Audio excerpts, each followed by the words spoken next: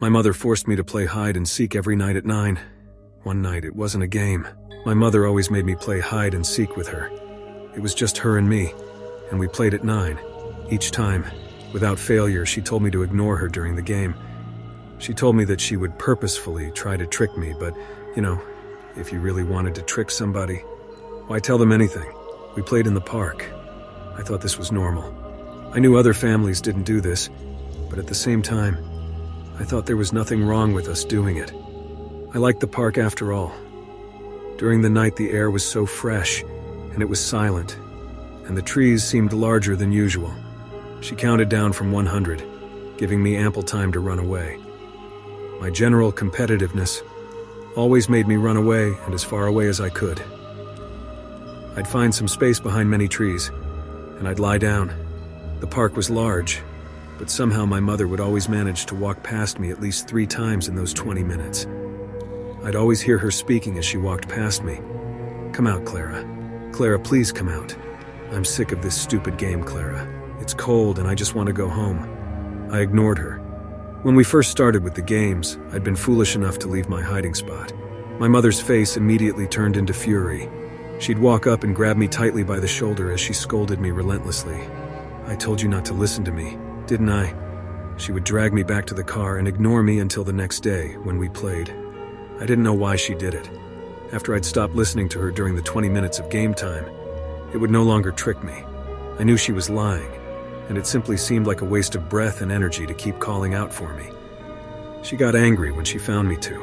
The park was a huge place, and if she hid somewhere, I would never find her. But somehow my mother was excellent at tracking me down. It was like she sniffed me and hunted me down. Instead of getting angry at me, she got disappointed. She'd sigh loudly and her eyes would tear up before she'd dejectedly walk to the car. That gave me the worst feeling ever, filling me with inadequacy. One time, she found me after only 2 minutes, and she broke down sobbing. I didn't get it. I felt a huge urge to win. I needed it, so I started to get creative. I hid myself in the bushes. I changed my clothing to be more green and black and generally more inconspicuous. I got high up in the trees, so it would be difficult to see me from the ground. I learned how to stay still, really still. And when I won, my mother would give me a smile. It wasn't a smile of happiness or a smile of pleasure. It was more of a relieved smile, but I felt so proud when I saw it. We'd go home, and I'd have an easy time falling asleep. Then my father came. One day, when I came back from school, I saw him talking to my mother. He was almost never home, actually. I'd seen him twice in my entire life, and my mother never really spoke about him. He was really just a stranger to me. I noticed the expression on my mother's face immediately. It was pale, white, shaking, eyes wide. I couldn't hear what he was saying, so I got closer towards them. Of course, their conversation stopped just as I did it. Well, my father stopped speaking. The expression on my mother stayed the same. He turned to me and smiled in a wolfish way. It made me recoil away with disgust. He sneered. He ficking sneered. I thought it was normal.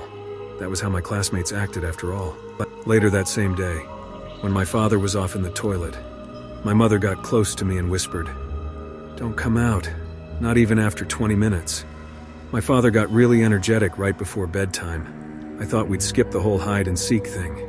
My mom looked really sick, and looking at the clock, she said, "Let's take a trip to the park." I immediately noticed that she didn't mention hide and seek. "Why?" my father asked. "Why not? Get some fresh air, maybe." "Fine," he said. "I like to be active anyway." What the hell did he mean by that? Mom told me to change with a certain look, and I caught what she meant immediately. Put on hiding clothes. After doing it, we got into the car and we drove to the park. My mother was silent the entire way, but my father hummed.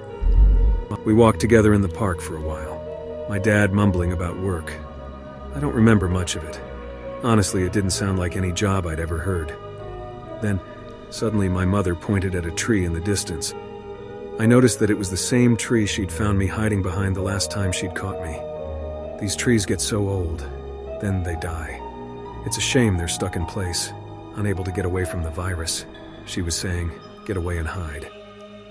"Death is the way of all living things," Dad said. "No need to fear it." "I think I saw a squirrel in that tree," I said. I'm going to go check it out. I disappeared into the forest I'd grown well acquainted with. I got behind a hill before changing direction and moving away. I made sure to try to move on the spots that wouldn't leave a mark. I needed to get far away before they noticed something was up. I thought about climbing a tree and hiding there, or about diving into a couple of bushes. Trees were only effective if people didn't check. Bushes worked great, but you'd have a small, if no, view of your surroundings. I chose the bushes, jumping into them and trying to control my breath. After a couple of minutes, I heard my parents walking in the distance. "Clara!" Dad shouted. "Where are you, sweetheart? If you're hurt, please say something and we'll help." "Clara," Mother said. "Clara, can you hear me, darling?" My heart beat faster. I knew for a fact that I shouldn't leave the bushes. That was the absolute worst thing that could happen. I kept me breathing under check as they moved further and further away from me. Then they came back. "Please, Clara, your dad isn't dangerous. Please come out." "Clara, please, I need to get going soon. Please come out." "Clara," Mom said, "where are you?" "Stop this silly nonsense," Dad said. Their voices eventually faded out. I stayed there in the same position for nearly a whole hour. My body started to ache, and I could feel insects crawling around on the back of my leg. I really wanted to leave this position. I heard a stick snap in the distance. It came from behind me. I hadn't heard their voices at all had they just stopped speaking. That terrified me, and I felt I needed to turn around and get a view. But I knew that would give me away. "Clara, stop with this silly nonsense. Come out." I was entirely silent. "Clara, please come out." Her voice was turning more and more desperate, more guttural. Fortunately, it was what seemed to be around 70 meters away from me. But she was approaching. "Clara," Mom said, "I'm getting tired. I just want to go home, eat, and sleep." I stayed silent as the voice grew louder. She was approaching me. "I know you're in the area. It's only a moment of time before I find you. I will skin you. Haha. I'll start with your forearms, peeling off your skin with a dull knife, just like peeling back cheese. I wager there'll be lots of blood coming out, and screaming. I won't be able to focus, but that's all right. I can always switch to your other arm." She came closer. "You won't like it." "I certainly wouldn't, but I'm not as stupid and ficking disgusting as you are, Clara." "No, I'm glad I'm not a creature of filth like you. The only good you can serve is by being in my belly, by fueling me. I'll find you." The voice was only 20 meters away. "You'll regret not coming out." 10 meters. "You know, I don't eat bones. They get stuck in my throat, but I can't leave them. I'll probably take them home with me and suck on them. They have a good taste, you know.